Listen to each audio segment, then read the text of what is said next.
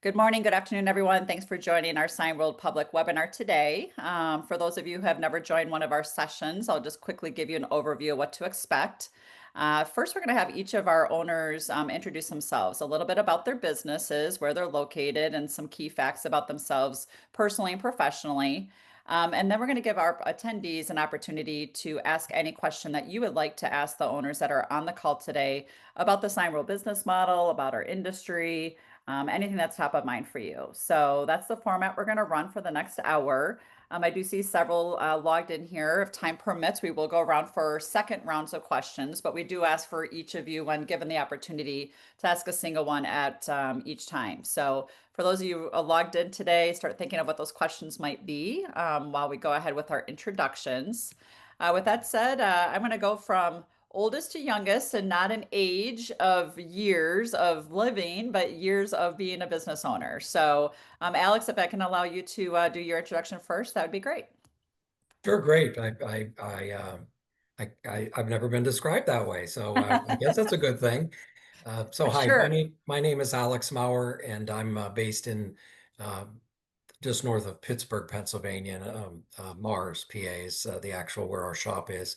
We opened in 2016, and as I mentioned, the shop is in Mars. We have about 2,000 square feet. We've actually it's our original space. We've been there 9+ years. We're close to our 10-year anniversary next summer. I have 4 employees, and our sales target for this year is 1.1 million in revenue. Um, our largest project in the past 12 months was a project for the local water authority. They needed very durable signs to be placed in water areas around the Pittsburgh market, and it was a $75,000 project. Our largest customer is Eaton Park. They're a restaurant chain of tri-state area, about 60 locations. We also do a fair amount of work for their dining division. They manage dining, college dining halls at college campuses. They have 50 colleges, so that's a good part of our business with them. Other types of clients, banks, healthcare, senior living, just to name a few, churches, other restaurants. So we don't have any one niche, but do a lot of work in those spaces. What I did prior to Signworld was I was in the advertising industry. I was director of client services for a national agency that had an office in Pittsburgh. And then about 10 years ago, a little over 10 years ago, I went on and tried to figure out how I could start my own business, and that's how I found Signworld. Wonderful. Well, thanks for that introduction and appreciate you being here today, Alex. Thank you. Our next most mature owner, let's start with Greg. And Greg, come off of mute and give everybody an introduction to yourself, please. Thank you. Hey guys, I'm Greg Kaz, the owner of 99 Signs. I signed my Sign World contract in 2022. I opened my brick and mortar in Nyack, New York in 2023 in April. We are located about 30 miles north of New York City, kind of close to the New Jersey border with New York State. We currently have 3 full-time employees. I have a VP of Ops. He kind of does it all. I have a customer service sales manager that helps me get leads and close those, and a production and installation manager. We're in 2,100 square feet. We're in retail space, which is a little bit different. Whereas I'm in a shopping center. I'm in a shopping center with a bagel store and a pizzeria and a laundromat. But we love it. We can't cut, we can't route, we can't get dirty. But I can get all my stuff pre-cut or outsource those projects. Our target for 2025 is 750,000 in sales. Our largest project, tomorrow I'm actually installing a New York blood center. It's a donor center opening up in Queens, New York. We've done about 6 of these. This one's nice because I got the exterior as well. So on the outside of a donor center, and this is where people donate their blood, right, to give to hospitals and stuff for the New York Blood Center. They have 2 sets of channel letters going on the outside, one with a raceway and one not without. And on the inside, we do a lobby sign, we do window graphics, we do a wall mural, we do privacy vinyl on conference rooms, we do standoff acrylics. So it really allows us to show all sorts of different types of signage when we do these New York Blood Centers. And tomorrow's project is going to come in at around like $55,000. The New York Blood Center is our largest client, but we're located in a lot of shopping. So I do a lot with malls in retail.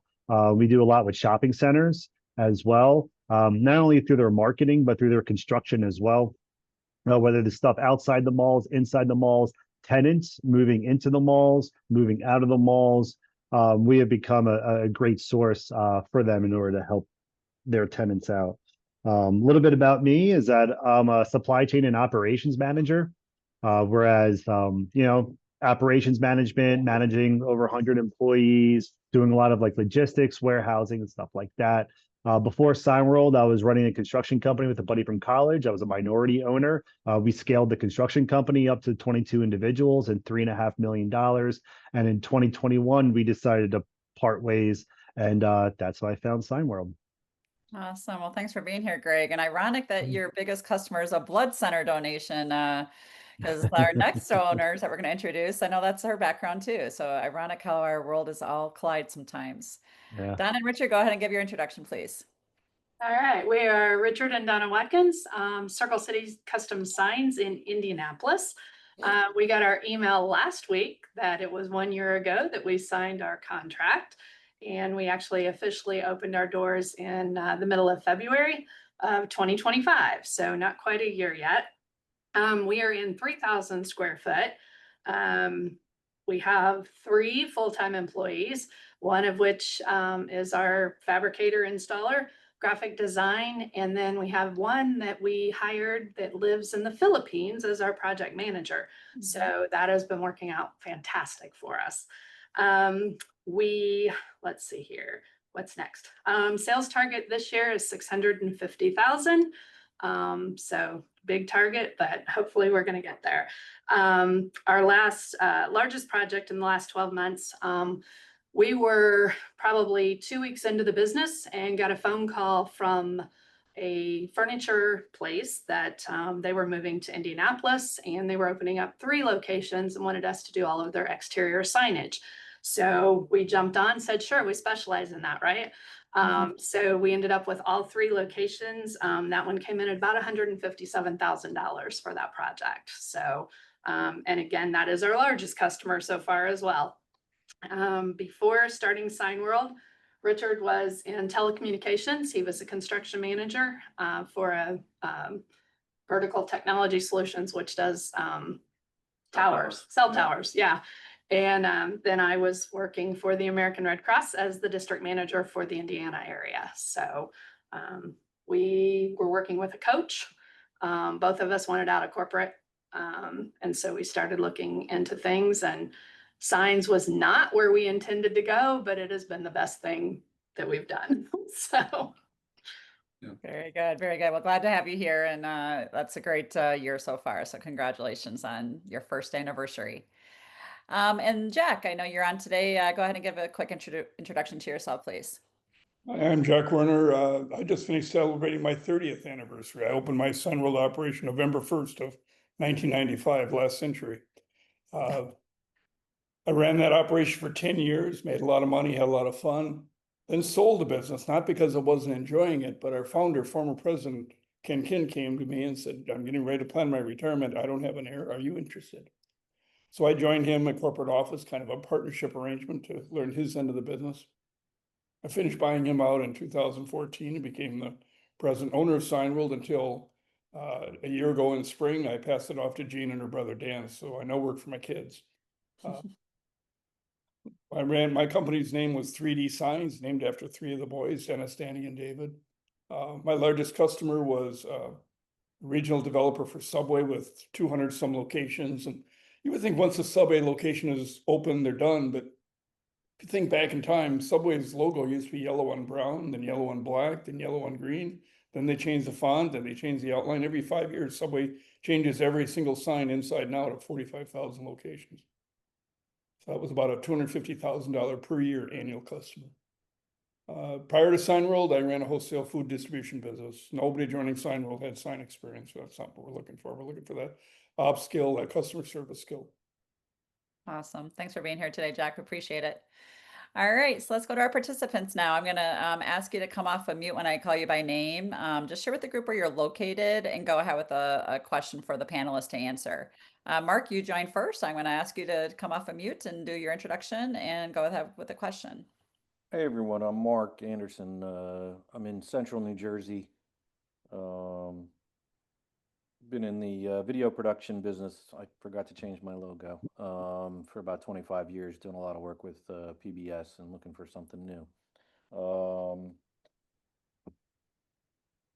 I'll follow up on Greg's comments. What was the biggest challenge? I think in my area there's a lot of retail that could be valuable for me. What kind of challenges did you find with, you were talking about malls and strip malls, retail centers. How do you get in there with, these established places that obviously already have vendors doing that stuff? Are they happy with their current vendors, do you find, or is it easy to get in there? All right, great question.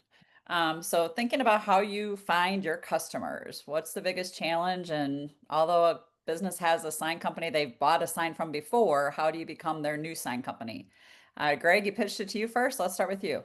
Yeah, so those are great questions, and nice to meet you, Mark. Well, what you'll notice about signs is they are everywhere. So my point of entry into the mall was the Dunkin' Donuts needed a construction sign. They needed a sign to put on top of their Dunkin' Donuts saying like, "Hey, we're still open. We're closed for, don't mind the mess, but we're still open." And you got to think Dunkin' Donuts has their own marketing department, has their own signs and stuff like that. But any additional signage that the franchise may need, he's on his own. I was located next door. He was doing his banking across the street, and he saw my store, and he walked in. So I did an 18 by 24 Coroplast sign for $30, and I delivered to him. And then I asked him, I said, can you introduce me to somebody in the mall? I'm interested in getting into the mall. It's like, of course, I'll introduce you to Carrie. She's in charge of marketing. And so that introduction led me to talk to Carrie, and Carrie says, well, hey, I have an event going on Saturday.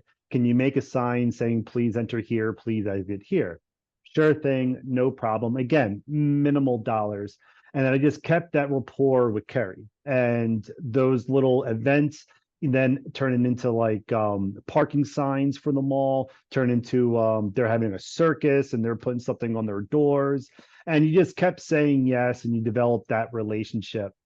Now 3 years later, Carrie's a director of marketing for another shopping center, and I still have relations with the previous mall, and they both turned into like over 6 figures worth of business by just saying yes to the small things and then providing a value add service on top of that. Love it. Thanks for sharing that story, Greg. So Don and Richard, you talk about your furniture company and you're not in a retail setting. So how did you find them, or how did they find you, and how do you find your customers overall in your first year of business? So I think we've got an amazing website with our website partner, Manager Marketing. And so they called us, said they wanted someone local within the area that could handle all the permitting and all the signage. They wanted a one-stop shop. So, answer the phone with a smile. Yep, we can take care of you. I had no idea, no clue what to do. So once I got off the phone with talking with Brad and just kind of explaining everything to him as best as I could, as best as I knew, then I got off the phone and I'm on the phone with Signworld. Help, what do I do? And that's what, and that's the best part about this whole entire company, is the fact that you've got anyone and everyone to contact when you need it. So as far as us finding our customers, I think the main thing has been answering the phone with a smile on my face and making it a consulting company more than just a sign company. We're there to help them fix their problem. Yeah. And I always ask what is it that we can help you solve? What can we help you solve? So, and I think that over the course of the year, we just got a call yesterday and they were like, our manager said you guys were the ones we wanted to call because you were happy, go lucky, and get the job done. So, and I think that's how we've been able to build the business how we have so far. I love it. Answer the phone with a smile on your face and be happy and go lucky. That's fantastic. All right, Alex, you've had many more years in this business overall. What would you say is your key to success in getting customers, and how do you see the market overall today? And how do you find those new ones still, even after being in business as long as you have, and what you did when you were first starting? Yeah, well, I'll take a different path, although we've been successful with both what Greg and Richard and Donna were saying. One of the things that I learned when I was training, when I started Signworld, and this was Jack who gave the advice, is join two things stand out. Join BNI or an organization like that where you're able to meet other people and start referral networks. I'm still part of my BNI chapter. One of the largest projects, this doesn't happen every day or every year in BNI, but I was introduced to the business banker in the group. He introduced me to their marketing team. They were doing a rebrand at a bank, $300,000. We won the contract, but the way we started was what Greg was saying. We did a few small projects for them, and our team is really, we've built our business on really great customer service and building relationships. And then they said, well, let's go with this company. Um, so that's the main reason. We also do web marketing, but it's really just staying close to the customer.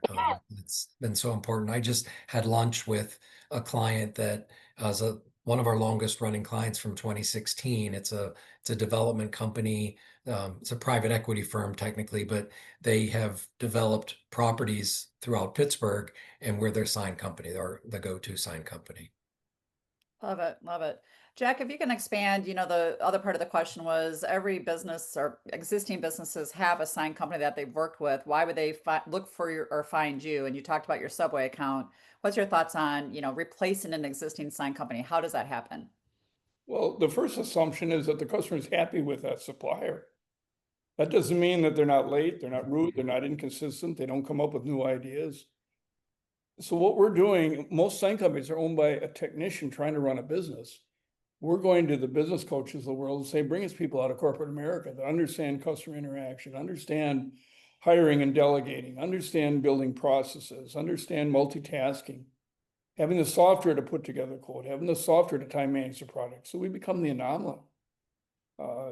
We just approach the whole business differently than our competition does. It's show up for the appointment, deliver the quote, deliver the project, and there's more than enough business out there. Love it. Thanks for that extra commentary there. Okay, let's go to another participant for a question. Joshua, if I can ask you to come off of mute, tell the group where you're located and go ahead with the question. Sure. I'm over in Minneapolis, and Jack answered this question for me already this morning, but for the rest of you, knowing what you know now, what might be one thing that you would definitely do differently than you did first starting out? Well, first I have to ask what Jack said. 30 years ago, what would you have done different, Jack? We didn't have the internet then. We had yellow pages. Use the internet to your advantage. Absolutely. Okay. All right. Let's go to our guest owners for this one. Alex, been quite a few years since you first started. Knowing what you know now, what would you do different? And also to Jack's point, in light of today's market and the way this industry is today, if you have advice, if it's not as relevant today as it was back then, what would that be? Two things. I think I would have had my website up sooner. And secondly, I would have hired more staff sooner. And I did hire my second employee, I think a year in, but I think that would have helped generate more growth. The thing I still strive to make improvements in is to work more on the business than in the business. So I have 4 employees. So I have you'd think I'd have plenty of folks who can take care of the day-to-day work. And I think we have one of the best teams we've had to date right now. And I'm working at a higher level to try to drive more business and be the owner. Mm-hmm. Yeah, it's kind of that check and balance there on how much do you take that leap to hire that next person to take more off your plate. It's obviously an investment, but it does usually pay off. But it's a decision you got to go through for sure. Let's go to Greg next. Greg, what would you do differently if you're starting all over again? Yeah. I was working a 9 to 5 when I started Signworld, and I was raising a young family. I had a baby at the time. So I didn't take up everything that Signworld had to offer with the validation and the discovery days, visiting other sign shops. So I wish the intellectual knowledge, I wish that I had more education on types of signage and how the sign industry works, because ultimately that makes you a better salesman. In the beginning, you can only sell what you know, and you don't know much. So I would definitely recommend to take Signworld up on everything that they have to offer. They've done it before. The model works, but get up to speed with industry knowledge of the sign business and know the types of signs.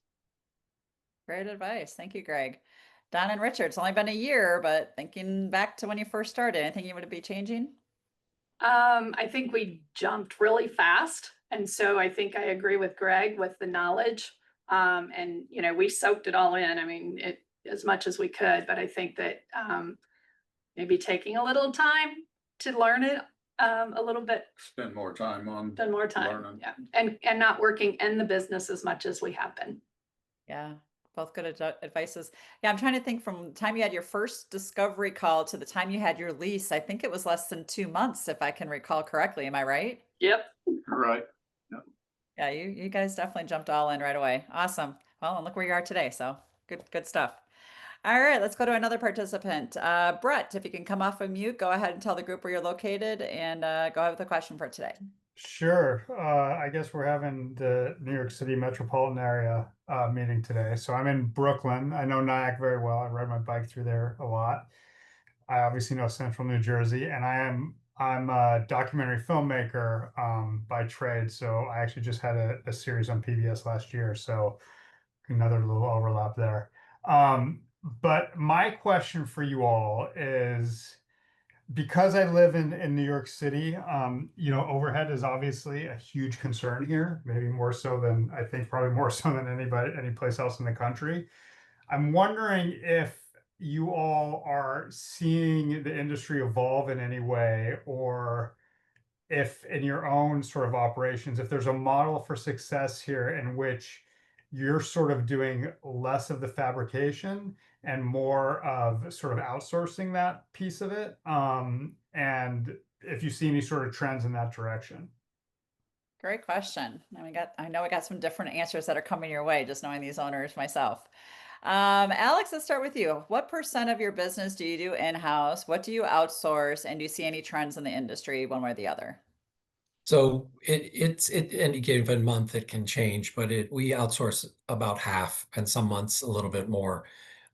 So we have our original technology package, and have decided to, instead of invest in new technology or additional technology, I should say, is to work with partner firms.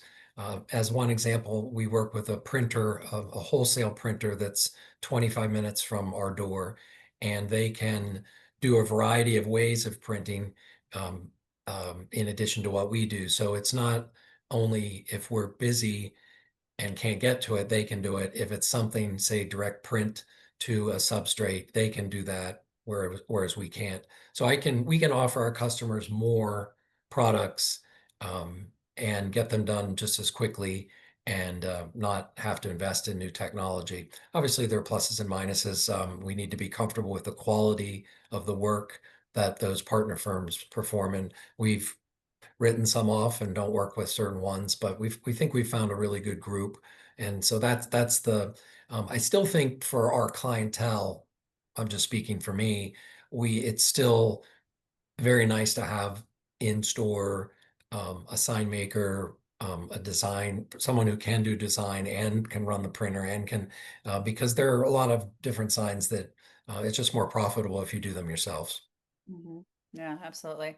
Greg, how about you? Yeah, we still have the original Signworld package as well, and we try to print as much as we can because the profit margins are obviously higher when you do print. But we're probably about like 60-40 with what we do in-house and out-house or outside. Again, we have a clean space, so we can't cut, we can't route. So any three-dimensional sign, any direct print, we outsource all of that. Where you're at in Brett and where you're at in Brooklyn, the competition for you is going to be like the Canal Street competition, whereas you can really differentiate yourself, like Jack said previously, with your customer service, with your quality. Because there is additional overhead or there's a higher overhead in the New York metro area, the signs cost more and they sell for more. Everybody understands rent, materials, payroll, insurance. And so you just have to be comfortable in that price point. And depending on how you portray yourself, people are going to want that turnkey red carpet service from you, especially in Manhattan. They are okay with paying more for service, and that's really your differentiator. Very good. Thank you for that, Greg. And then we got Don and Richard. You're one. I know they've already expanded their equipment, I believe. So they got a different story here. But you're also onboarding with Signworld at a time where there are more owners running the virtual business model without the equipment. So maybe you can kind of share your personal experiences, but also what you're seeing in your mastermind group and others that you've been in training with, et cetera. Yeah, so we're doing probably about 2/3 outsourcing right now, but we have upgraded to a CNC router and a flatbed printer. So we are hoping to bring more things in-house, and also been working with some other sign companies in the Indianapolis area to do some of their routing as well. So that's kind of the direction we're going. As far as the virtual model, we have a couple of virtual owners in our mastermind class, and they, Son has taken off big time in the California area. And I think there's a completely different model in that sense. She has her struggles with trying to get installers, and then she has got a whole other network that we don't have yet that we are hoping to get with, other sign installers and electricians and fabricators and different things. And she was able to build that quickly where we haven't so far. So that's I think the two different models are quite different in that sense, but we're working to do more in-house so that we have more control over what goes out the door. Love it. Thank Quality you. is the main thing. Yeah, absolutely. Jack, your thoughts? You've seen a lot in the sign industry over 30 years. Well, and I've been working with Brett, and he and I have talked about the virtual model just because of the cost of overhead in Brooklyn. And as Greg mentioned, you do give up a little bit of margin not making it yourself. But if you didn't have the rent, utilities, and payroll in year one, you could be way ahead in that market. Your competitors have a lot more overhead than you do. So the virtual model could make great sense in that market. In the last 25 operations that have joined Signworld, 9 have started brick and mortar. They can't envision the virtual. 16 have started virtually. I think half of those will end up brick and mortar once they've established a customer base to justify the building. The other half will stay virtual and say, I don't really need it. And we've got about 20 operations plus that started brick and mortar and moved to virtual. Well, they like the front end of the business. They didn't like the details of the back. And some of them will tell you they're making better nets now than they were in the brick and mortar because they don't have some of the inefficiencies that they had in the brick and mortar model. And even the new ones that are starting brick and mortar, probably close to half their products are being outsourced anyway. So it's just a matter of outsourcing all instead of some. Yeah, I think it really just depends on you as an operator and what you enjoy doing and want to do, as well as your market and the expenses of the market. So lots to consider there for sure. All right, let's go for another round of questions. And while I'm asking the next question, I am going to be sharing some slides in the background, 2 different overviews. One is just an overview of a lot of our owners in our system and introductions to them and where they're located and some pictures, as well as pictures of their operations, as well as work they do. So that'll be playing in the background with no noise or no audio. So we'll continue with the questions, but that'll be playing in the background while we're continuing. Mark, go ahead and come off of mute and go ahead with another question for the group today. All right. Let's see. Where do I want to go? Let talk about employees a little bit. How did you find good people. I don't run printers yet, but so I imagine it's a little difficult for somebody with little experience in the printing industry to find good people who know something about the printing industry. Has that been a challenge? Great question. Don and Richard, let's start with you first. You just probably recently hired. How did you go about that? Did you know anything about the industry when you hired this person? Explain a little bit about your process. So we started back in December of last year looking for someone that had the design, fabrication, installation experience. Indianapolis is a very difficult market when it comes to any hiring for any position. And so we struggled with that, but we continued to just keep working our way through that. And then we ended up, I shouldn't probably say this, but we had one company in Indianapolis that said, we're not helping our competition, right? So we decided to hire their fabricator with 44 years of experience. So, and it's been great. And then we didn't stop there. We continue to keep looking and keep that ad out and keep, keep talking to different people in the industry. And we ended up then finding our designer who has 22 years experience. So, it took us a little bit to get there, but due diligence and just keeping our name out there and keeping the word out that we were hiring paid off. Love it. Thanks for sharing. How about you, Greg? So again, Signworld, I didn't know anything about printing or signs. And so, using Dan, Jeannie, Jack, and Terry, they were able to screen resumes. I used Indeed.com. You're looking for location. You want somebody close to your shop. You don't want someone to have a long commute. And then skill set, you can email Signworld. They can look at the resume, say if the guy's got it. Terry even did a screening interview for me. So when I hired my first sign maker, he knew exactly what technical questions to ask, which was really beneficial.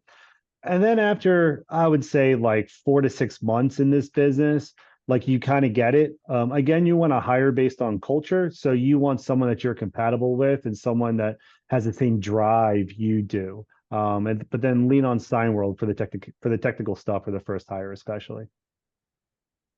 Love it. Thanks for sharing. Alex, how about you? And if you can expand a little bit on not just how you hired your first person, but just finding people in general. You've gone, I'm sure, through several employees at this point in your journey. Share a little bit about what you find as far as the market and finding employees.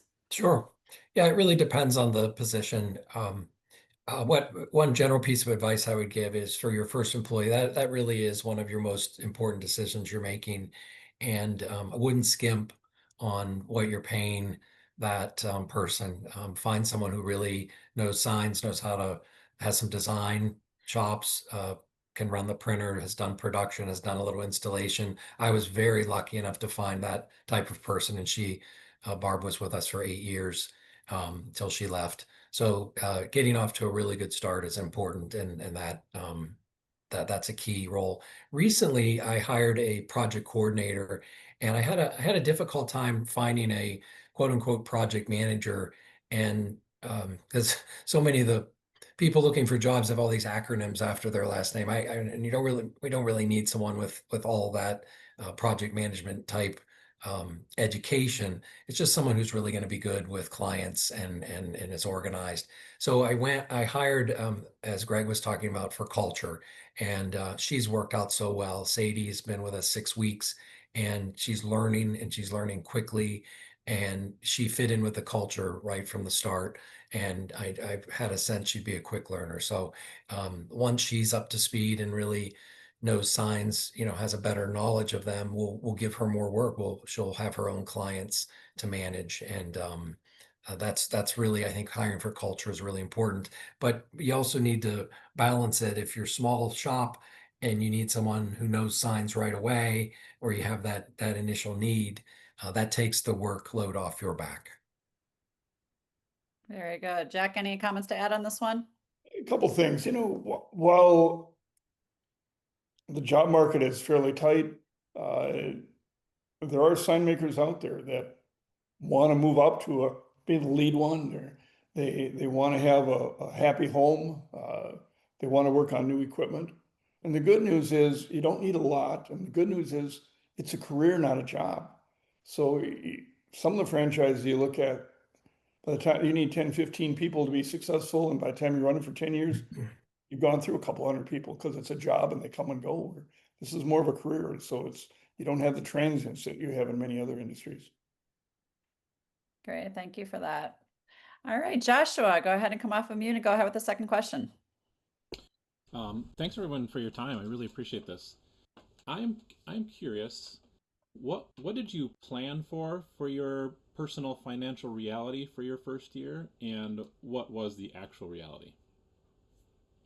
Great question. Are we talking about working capital needs for just getting started? Just making a living. Like you're stepping out of corporate or something that was providing an income, and you're stepping into something that has a little bit of risk.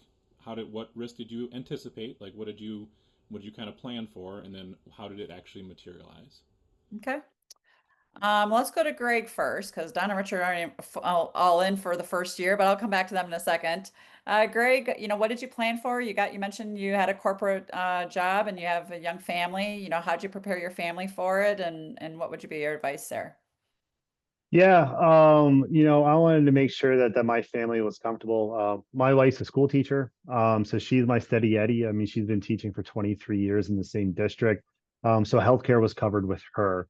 I didn't want to disrupt her life or her quality of life, so I took out an SBA loan, and my shop was funded through an SBA loan, and I wanted to make sure that we had a little bit of extra capital on the side, and so I was working a 9 to 5 for my first 3 to 6 months, just to kind of keep that consistent income. Now that all helped out because it gave us like a runway, because your jobs really start getting big. Well, I about 6 months in, I landed my first larger job. I'm talking like over $10,000. But definitely like having that startup capital, working that job, and having the SBA loan made sure that we were comfortable the beginning months. Very good. Donna and Richard, thinking back, I don't know if when you were cash flow positive, but how did you're both in the business, so how did you make sure you cover the bills at home and just get yourself prepared financially? So we knew with both of us quitting our corporate jobs that it was going to be a tough road, but we decided to begin with to put ourselves a paycheck that would cover our bills at home and then invest everything else back into the company to start with.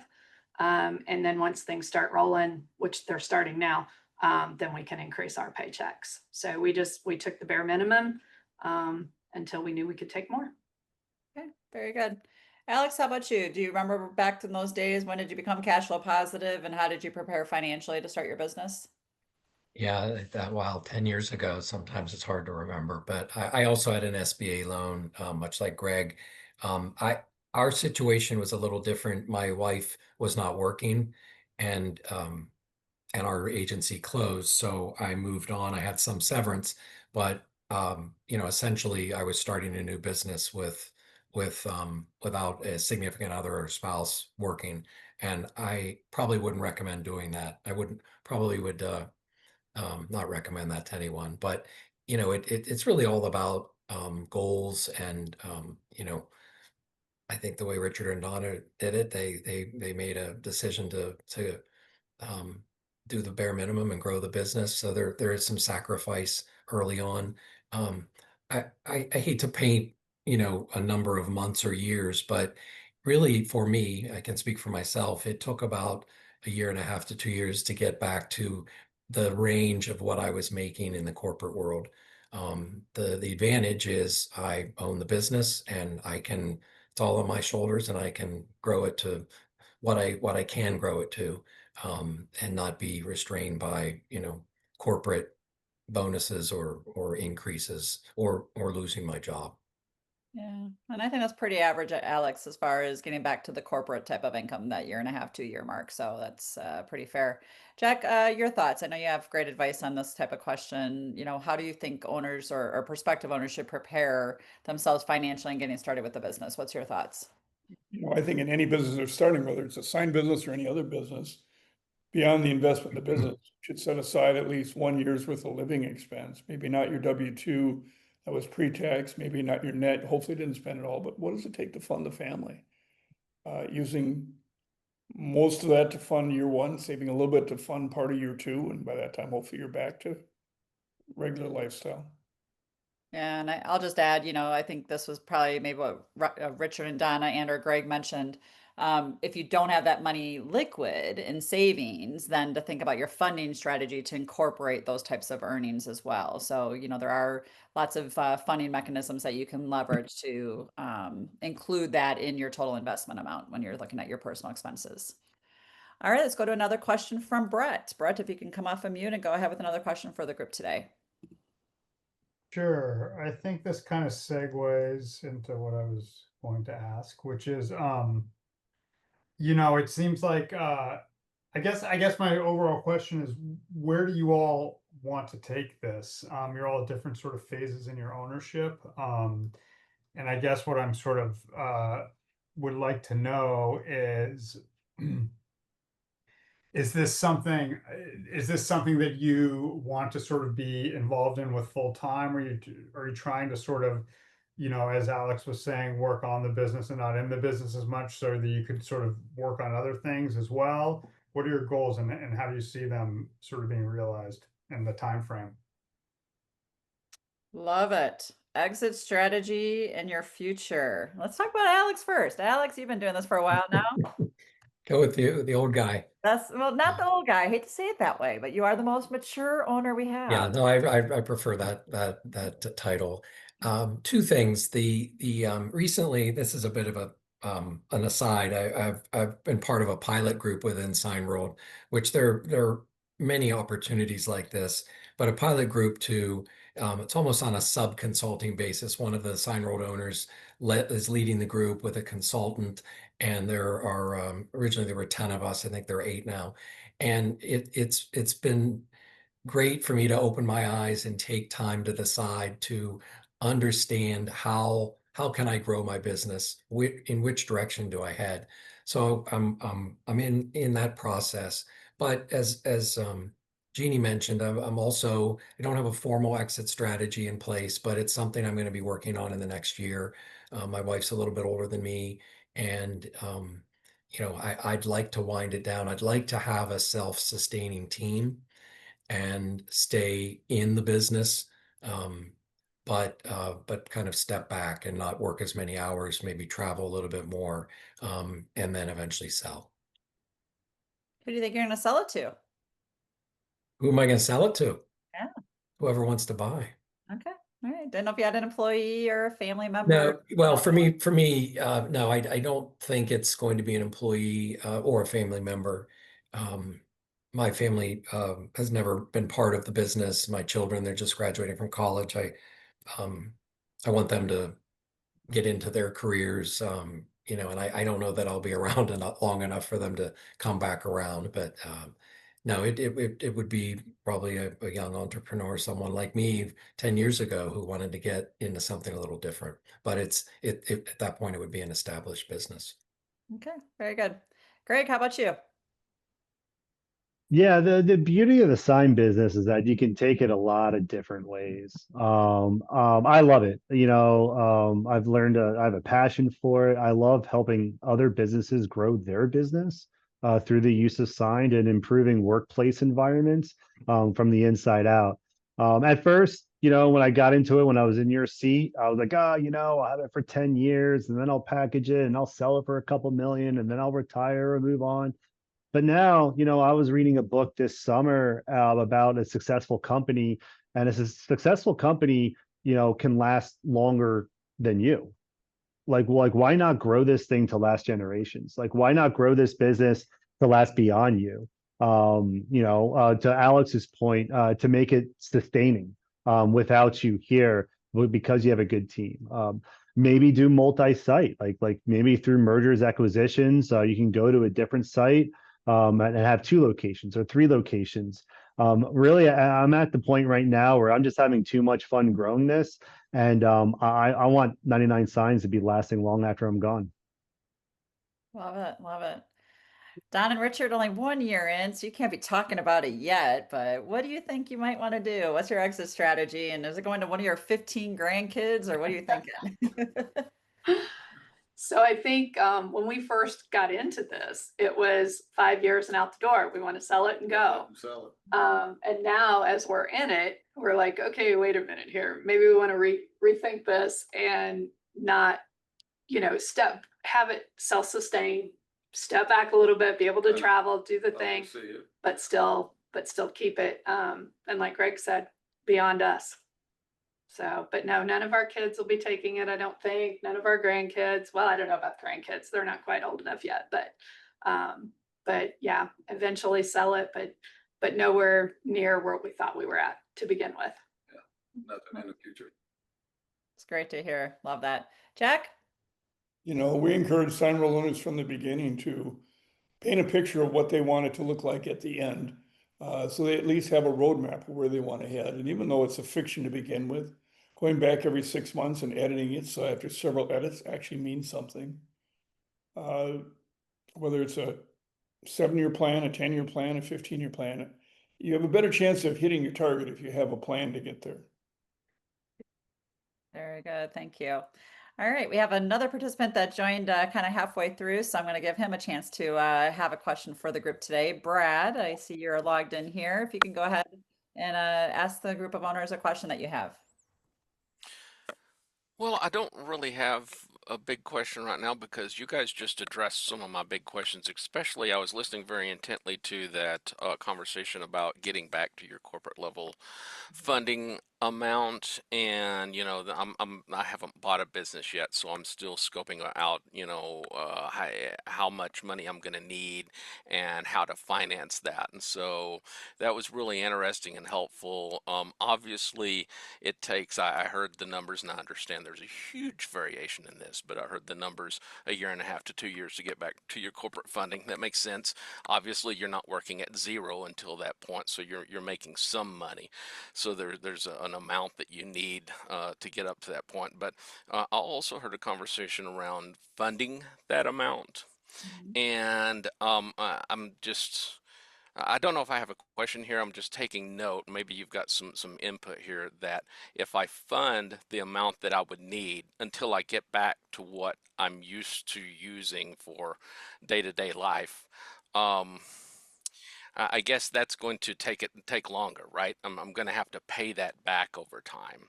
Or is that embedded somehow in the long-term business plan that I'm kind of missing the picture there?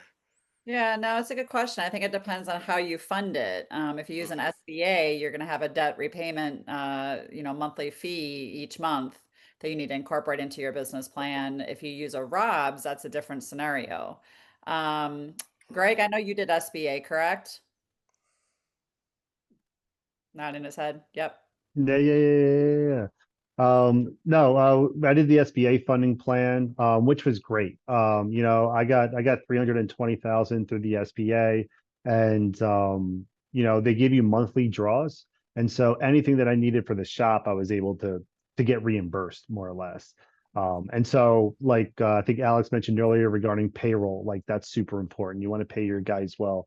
Like Jack mentioned, equipment. You want to get the equipment. You want to make sure that you were set up in order to produce a job or a large job.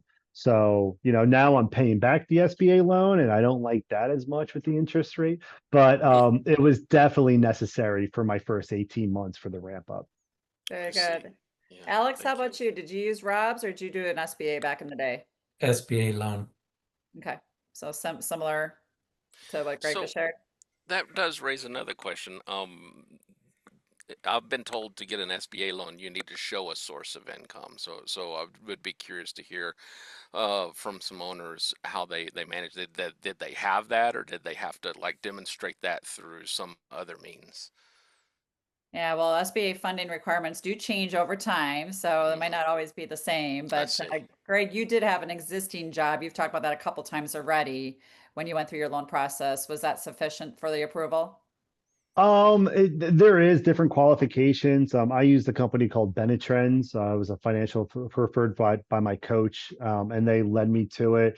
From what I remember, It was more of the business plan. You give them a business plan of what you're thinking of doing. You provide some market research. You provide some goals. Again, the Sign World 101 stuff. I was able to use those goals and those budgets over a 1 to 3 year plan and demonstrate to them. I think after that, it was maybe some tax returns. But I mean, I wasn't making six figures with my 9 to 5 by any means. And I think like with the business plan and my tax returns, they were able to, package the loan to that.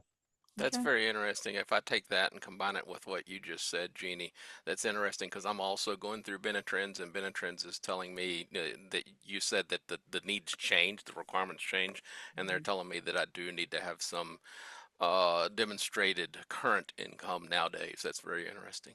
Yeah, Thank you. we have heard that in the last year, Brad, that Mm, is I becoming see. a new requirement. So that's why I'm saying requirements do change over time. Alex, anything to add? I see you're off of mute. Go ahead and share if you have something to add there.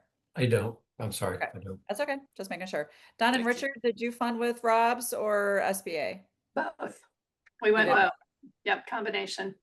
Yeah, and again, we had our jobs when we first applied to the SBA, and so they took that along Right. with the business plan. Okay. Very good. Jack, anything to add to that question? No, again, as Greg said, it many times depends on the bank. Some are gonna go more on credit scores, some on net worth, some are on income, et cetera.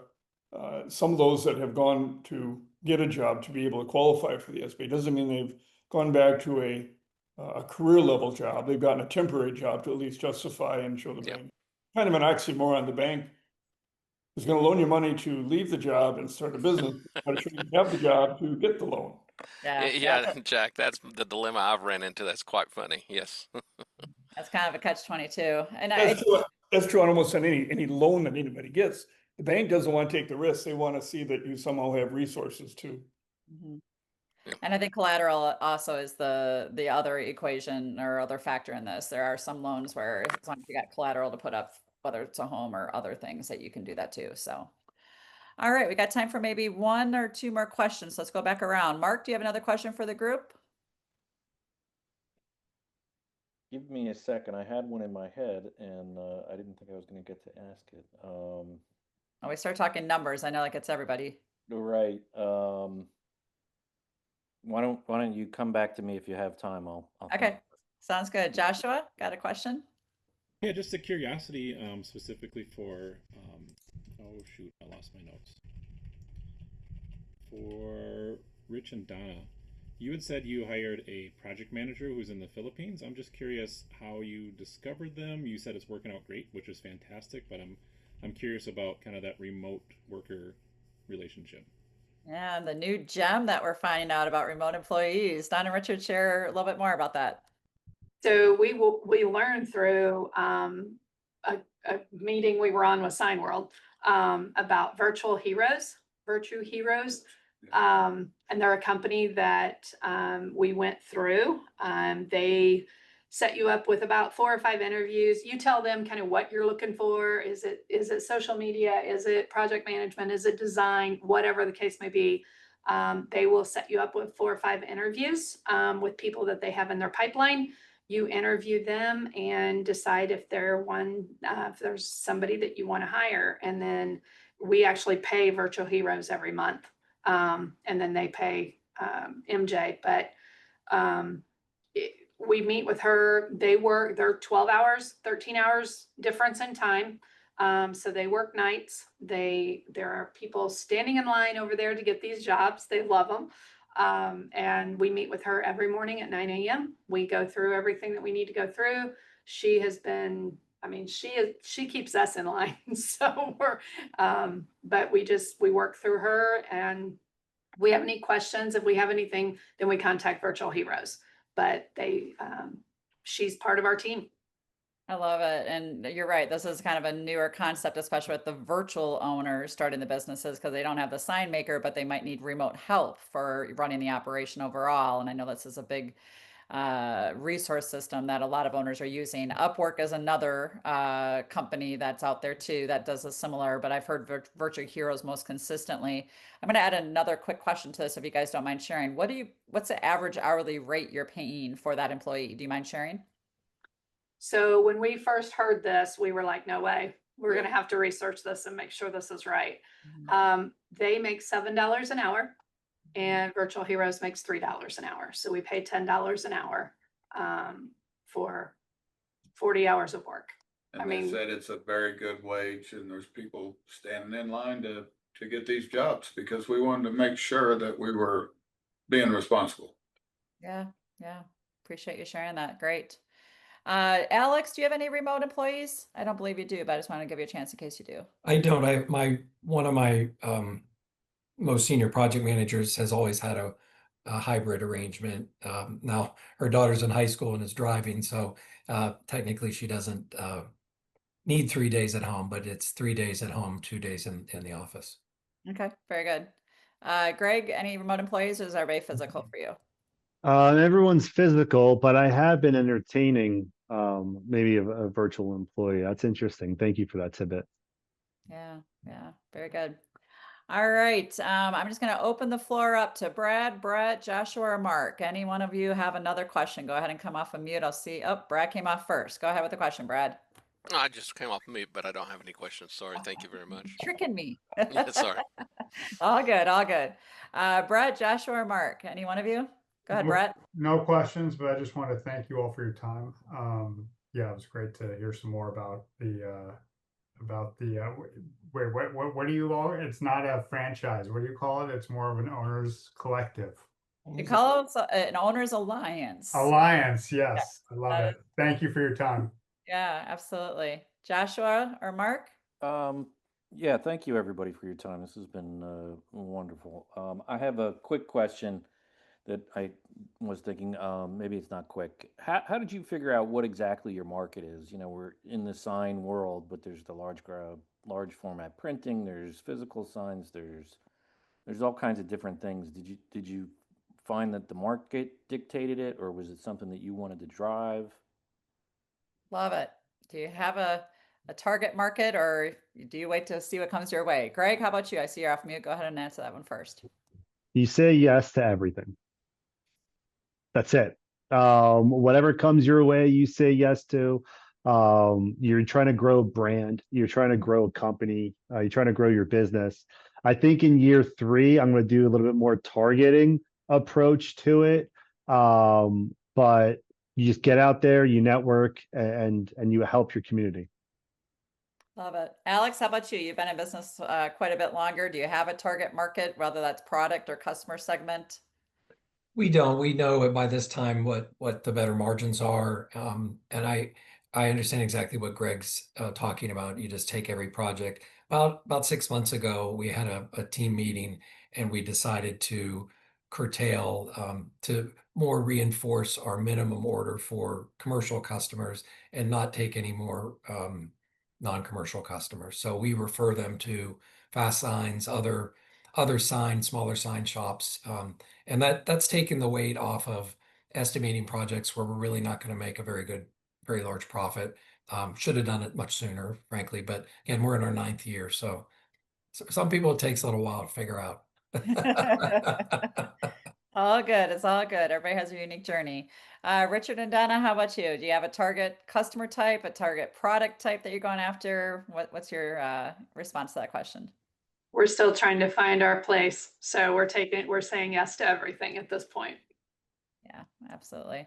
I think that's the reality. I think it's very rare to find a Signworld owner have any specialty area in the first 2, 3, even 4 or 5 years. And, you know, I do think the minimum order size does become something that's a little sooner than later for many owners. They start to say, to Alex's point, they realize when it's not a profitable customer order, they won't take it.